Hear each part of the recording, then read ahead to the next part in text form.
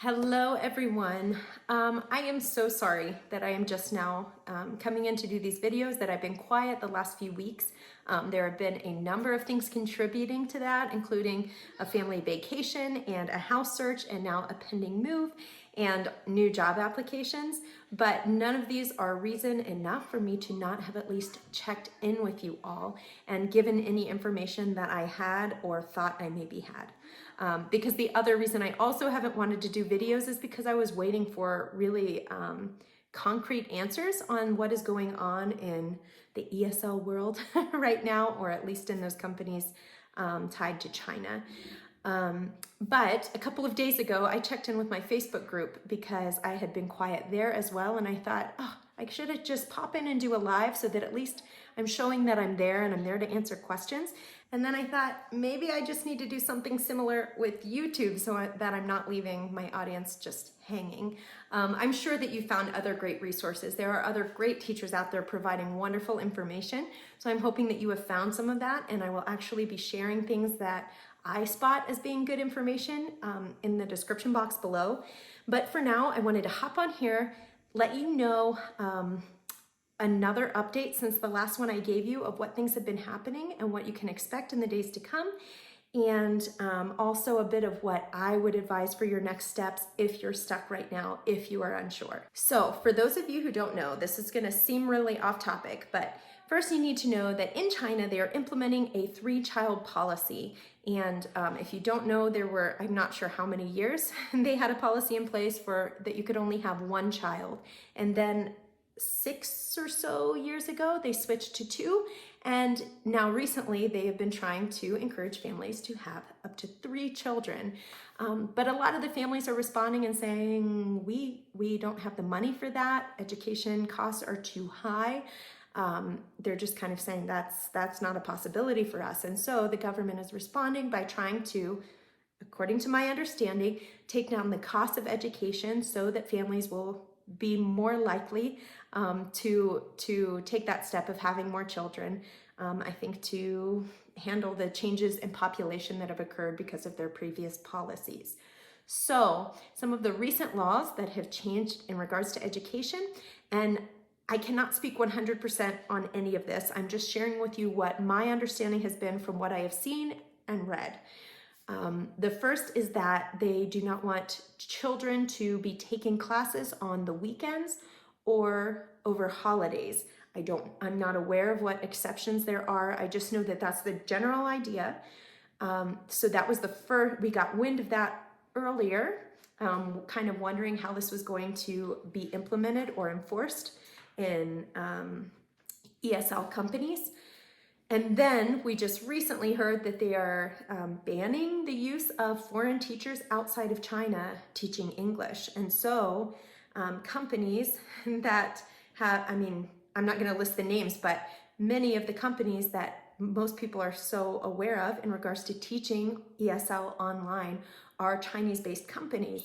And so now foreign teachers are not going to be allowed to teach English through those companies.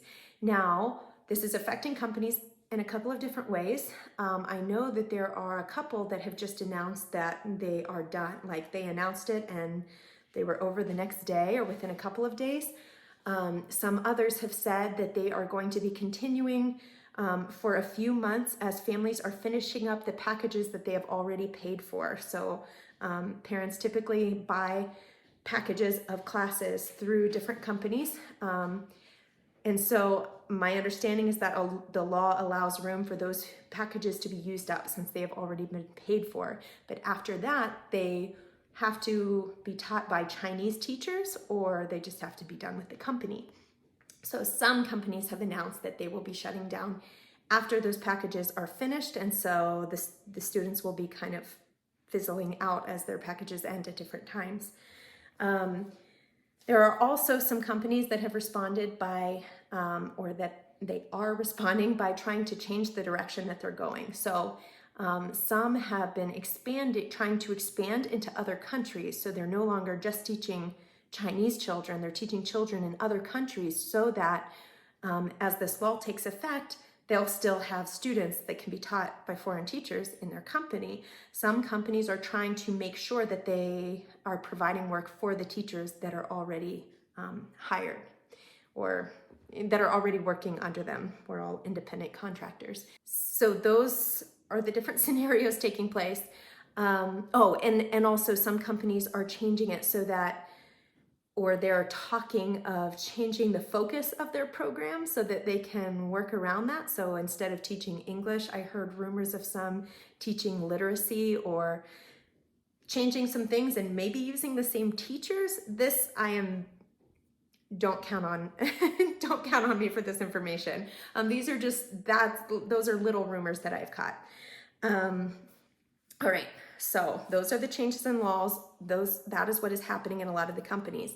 PalFish, for those of you who are teaching through PalFish or were looking into applying, PalFish has just released their announcement, because we've been finding out all of this from other companies, but they finally sent out a message saying that their goal is to, they have been expanding into other countries, so they're hoping to continue to grow in that way. They said that the current teachers will be able to continue to teach the students that are finishing up their packages, but once that is done, we will no longer be able to teach those students, our regular students. We will only be able to teach students coming in from other countries. And honestly, we have no idea how realistic that is for them to continue going in that way, because we don't know how many new students they have coming in. It's hard to imagine that they're bringing them in quickly enough for that to be doable, but we can't say. And they also mentioned something about, I think, what I was just telling you that seems so vague, like maybe changing the direction of some of their program to be able to include more. I don't know. With all of this in mind, I just want to share what I would kind of recommend at this point. So for those of you who have maybe been considering PalFish, but you haven't jumped in yet, I highly recommend that you go another route if you have other options available. Actually, I now have reason to believe that PalFish is not hiring at all. So if you need more information, please check out the video that I will be releasing immediately after this one. I would recommend that you avoid Chinese companies altogether unless you get some really good information about one that's active, you're sure that they're hiring, and you're sure that they have a good plan in place. You can choose to go ahead and join one of these companies, PalFish or other. There's just so much up in the air right now, and I want to get away from any Chinese-based companies. For those who don't know, we just dealt with a huge pay cut in PalFish, and a lot of people flipped out and said they're just selfish and they're just trying to make a whole bunch of money. I thought that there was something else going on. Now we see what all of this is. It is impacting all Chinese companies. They're looking for loopholes, but right now, if this many are announcing shutting down, I'm just saying to keep this in mind. I do not recommend Chinese-based companies right now. Now, there are so many other platforms that, even if they cover China, that also are teaching in Hong Kong and Taiwan, and they're out of mainland China, so all of those laws do not take effect for them. So you can look into companies that are international. Some are in specific countries, but they're outside of China. You always hear in this field, you hear people saying, don't put all of your eggs in one basket.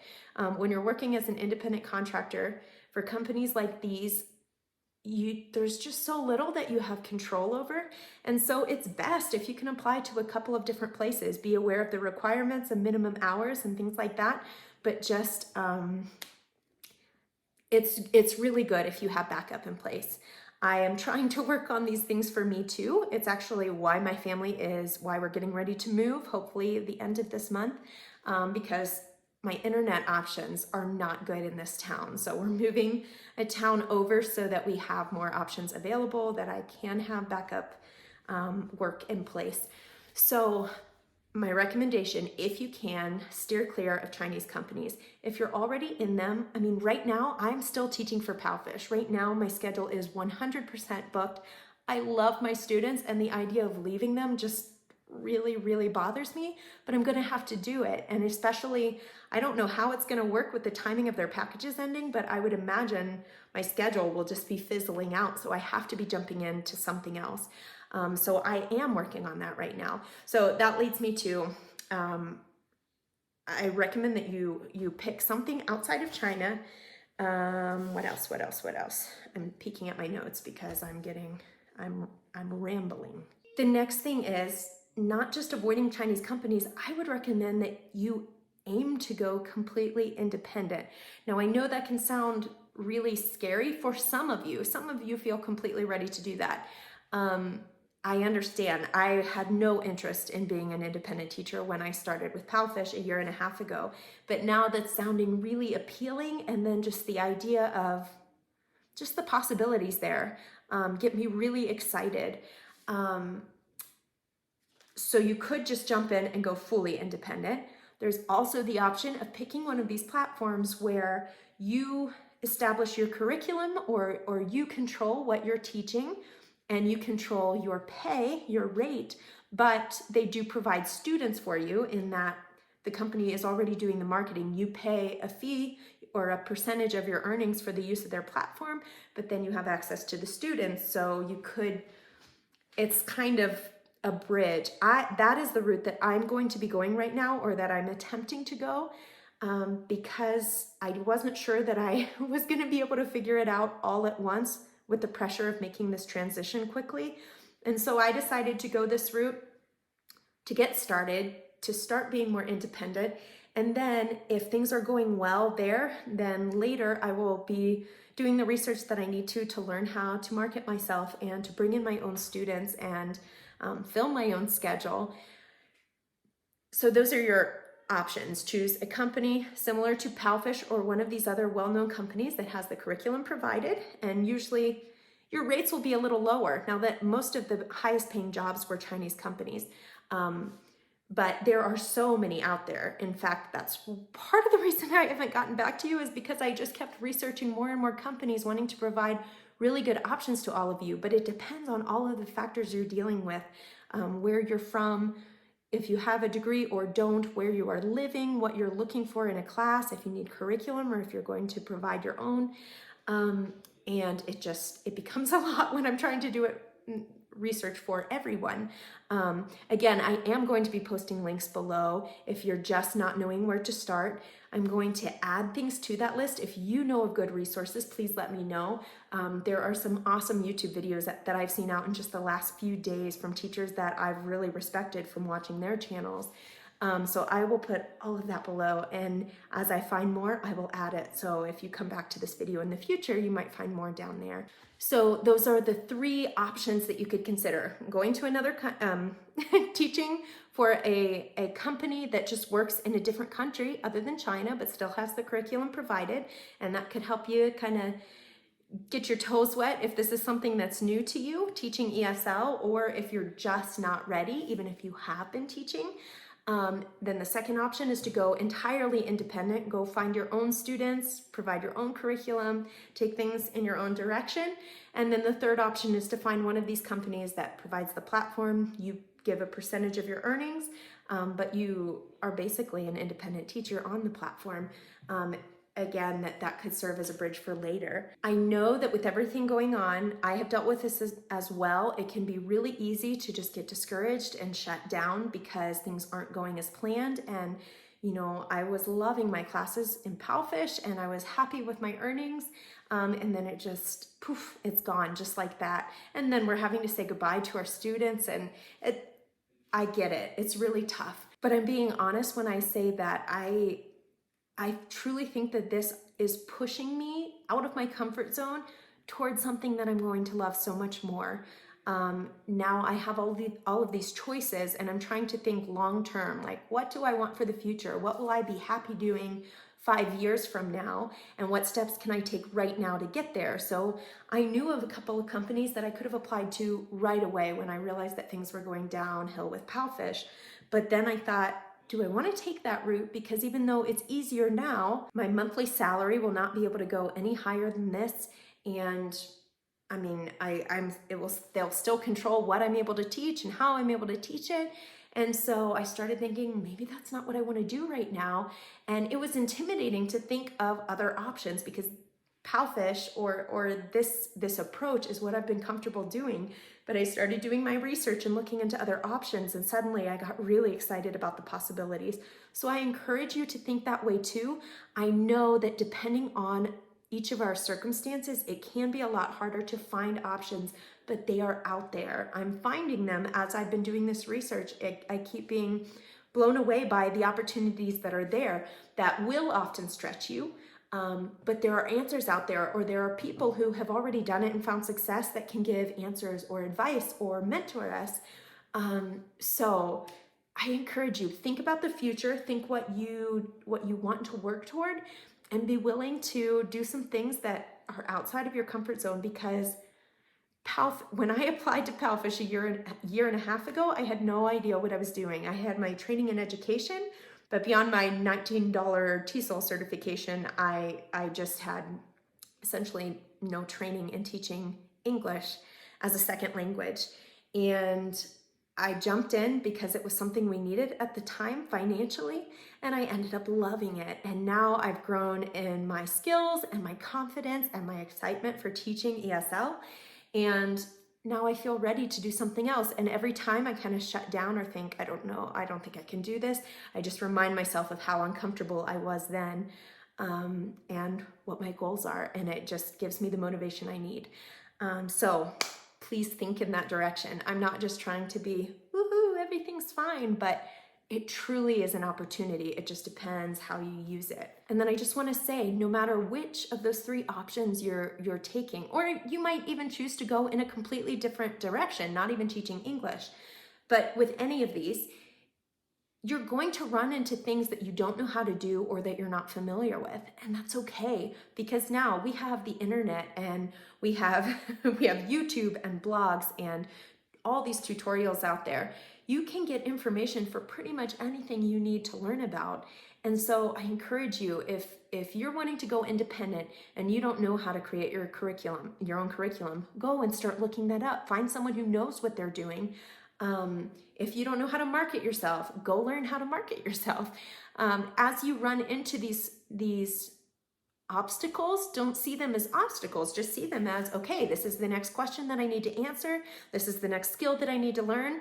How am I going to do it? It's the same thing I did when starting this YouTube channel, whenever that was.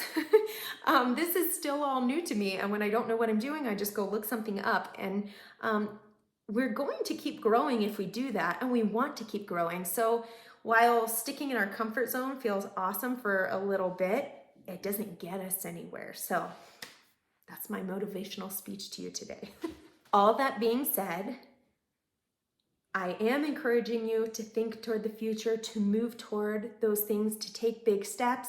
But if you, knowing yourself, know that you're going to freeze up and not take steps in any direction, then I say take one of these easier options. If you're new to ESL, or if you've been teaching, but you're just not feeling confident, don't feel like you've really developed your own teaching style yet, then pick one of those easier options, something where the curriculum is provided, the students are there, you're gonna have things provided to you step by step. Start with what you know you will do or that you are capable of doing, and then take steps from there. PalFish was that for me. PalFish was this is what I feel okay with, even though it was stretching me. This is something I believe I could do. Okay, that's what I'm going to do. And now I feel ready for something else. And the same will happen for you. I'm just saying we can get where we want to be faster if we're willing to take some bigger steps out of our comfort zone. But some steps are better than no steps. So let's just do baby steps. Whatever you think you can do, stretching yourself a little bit at least, do that right now, and then you can make changes. You can move forward in the future. All right, I think that's enough for now because I've rambled. I was trying not to, but I cannot spend a bunch of time editing this video like I often do. And I just wanted to be real with you guys and be here and say that I am sorry for the past few weeks of being so quiet. I'm excited for all of you. I know that we are going to find our options. As I said, I will be posting videos below, videos, websites, links, for anything that I stumble across that I think might provide good information for some of you. The thing is that I know some of you, I know there are a lot of you from South Africa who have been looking for other options because you would just come to PalFish when they announced that you were now able to apply, and then there have just been obstacles every step of the way. Some of you are from the Philippines. Honestly, there are people from all over the world looking for opportunities to teach English. And then each of you have different backgrounds in education and are living in different parts of the world, even if you're from some of the qualifying countries. There are so many things to consider when choosing a company. I'll actually include the link to a freebie that I provided months ago for those who were first trying to figure out how to get started teaching ESL online. It's basically covering factors to consider when you are choosing a company, because there are a lot of factors. But it might help you start thinking about things you need to consider. So I'll include that down there. And I will also, anytime one of you lets me know of a good opportunity, I'll check into it. And if it does seem like a good company or a good resource, I will add that below, just so that it's open to anything that we're finding. It's great if we can team up and share information that we have so that we can help each other. All right, guys, let me know if you have questions, please, below. I think I have to make a separate video for that. I want to check back in with those of you who have been applying to PalFish, because there have been, I'm honestly not even sure if they are still hiring, and I'm just not sure you want to be in if they are. So contact me personally. Send me an email if you are in the application process or were considering it and are not already in touch with me, just so that I can be talking with you and helping you, because I know this is discouraging. And while I highly recommended this company not long ago, right now things just are different than they were. So please be in touch with me, and if you can, go anywhere but here. Don't go to PalFish. Oh, I was gonna cover this for the video. Oh well, that's all right. Thank you all for watching. Thank you for checking in. Let me know what questions you have. We're gonna keep doing this together. I'm happy for those of you who are here to watch each video and are in touch with me. I love the community here. So thank you very much. And I will check in again soon. Thanks, guys. See you next time. I actually just slapped the table in case you weren't sure. All right. Bye, guys.